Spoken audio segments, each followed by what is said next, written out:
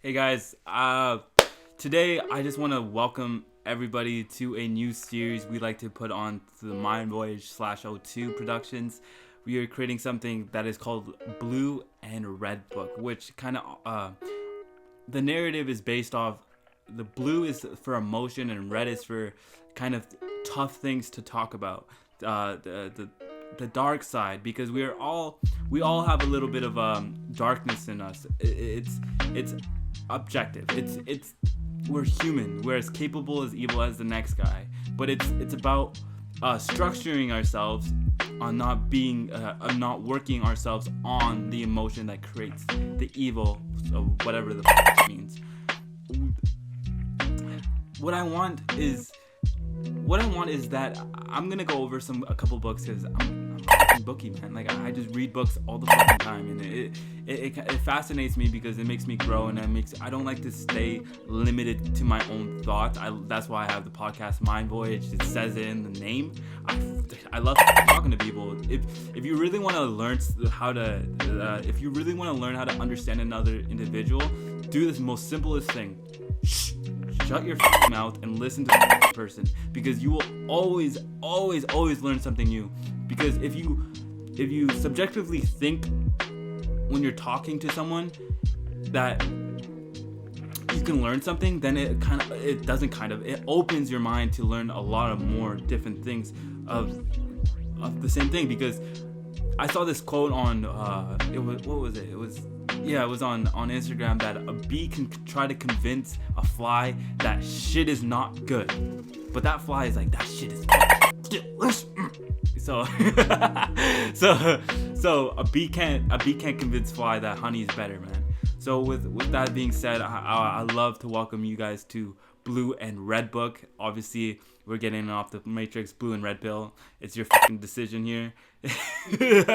Take what you want from it. I'm gonna be reading off our favorite books. Josh and I. He's the cameraman. I'm gonna be on the camera on the side. I'm gonna be learning a lot new different things as well. I don't give a fuck if I'm going on a spiel right now. You're listening to me. If you guys were making a video, I'd listen to you too. Don't worry. So, what I want to go over is this book I've read front and back. The Power. Oh no, not A New Earth. Sorry, A New Earth. This has showed me to not just be in the present moment, but understand that there's always going to be a form of darkness. I can't just read this book and everything just go away instantly. I have to put everything in action. It's like reading about push-ups. You can't just look at the ground, or you just can't look at the weights. You have to put the action in, man. And I'm gonna just give you my own hypothesis, my own subjective hypothesis, and on how I feel about what this is. And I'm just gonna say how I feel, and it comes from a place of joy. And this section of the book is called The Joy of Being. And I hope you guys really invest in this book. I am not sponsored. By the way, if you guys have a problem, then I have absolutely nothing to say to you guys. So, the unhappiness or negativity is a disease on our planet. What pollution is on the outer level is negativity on the inner. It is everywhere, not just in places where people don't have enough, but even more so where they have more than enough. Is that surprising? No. The affluent world is even more deeply identified with form, more lost in content, more trapped in the ego. So with how I feel about when Eckhart is saying this, is that we are so limited on our external world. We're looking for problems outside of us when there's always going to be problems outside of us. But with every problem, there's a solution. If we keep looking for the yellow car, we're gonna find the yellow car, guys.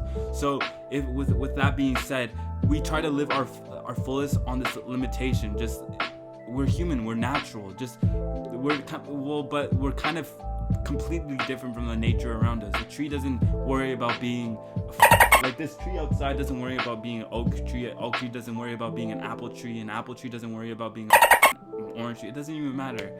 It's just simply being present to itself, accepting its surrounding, accepting that when it's in that root, that's all it is, and there's no good or bad. That's a form of limitation.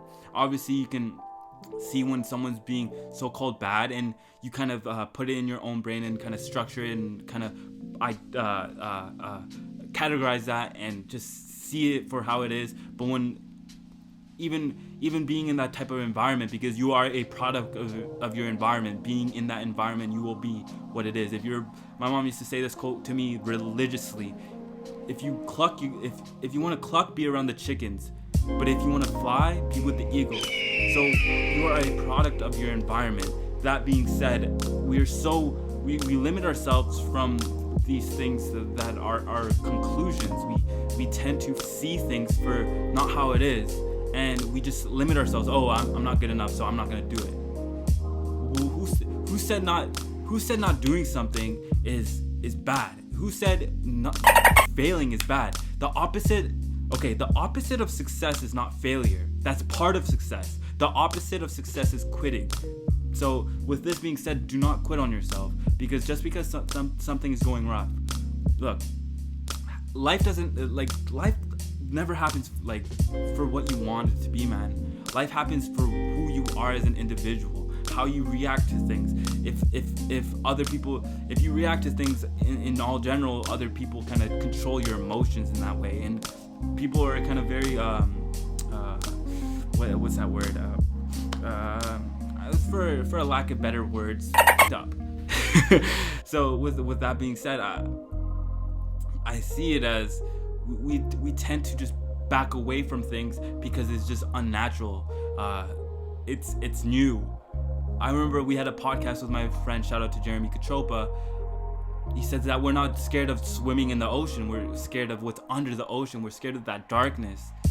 Just like when we're alone in a room, we're scared to be alone in a room. We have to go to our friends. We have to constantly be with someone because we're scared to be with ourselves. Because God knows how many things that are going on. We have 10,000 thoughts a day, and then one just comes up here and fucks you up.